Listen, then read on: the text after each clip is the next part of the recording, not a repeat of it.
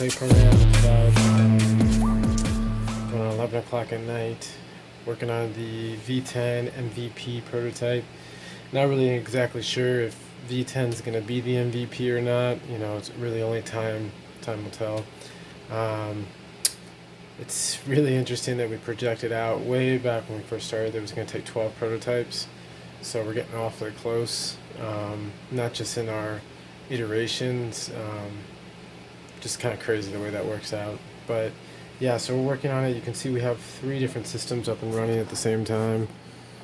So we have the large format one. This allows us to pretty much, look at things in real scale. So this is the original pod pack, or V9, I guess you could say.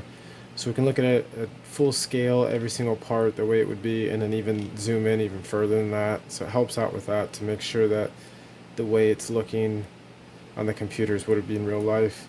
Then this one helps out with just doing structural analysis and checking out things and different perspectives while looking at this. And then we're actually using this third system here to actually do the engineering and tweaks based on that. We constantly upload the latest and greatest to these two while continuing to work in here. We tried working on just a basic screen or one system where you have multiple windows. It doesn't work as well. I found that it bogs the computer down a lot because they're such dense files that you're using up a lot of RAM. I also found that you can't, even though they have the 4 viewports, just like a lot of the other software programs, the 4 isn't enough, at least when you're a one-man, team right now.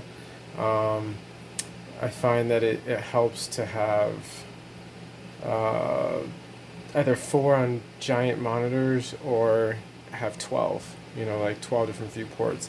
Some are bigger than others. Sometimes you're looking at details, sometimes you're just looking at that bird's eye view. But the power comes between looking at both the detail and the bird's eye view at the same time with different scales.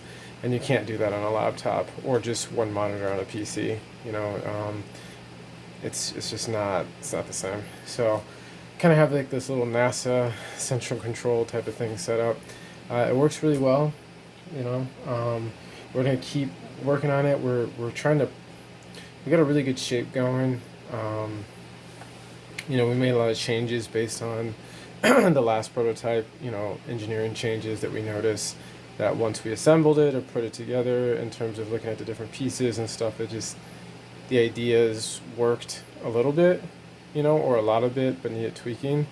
So some stuff we abandoned and others, added some new insight to. So this next one's going to be really good. It's going to be a lot stronger, a lot sexier, a lot better design in general. And I guess that's just the way it is, right? The more you try it again, the better you're going to get at it. So yeah, we'll give everybody an update later.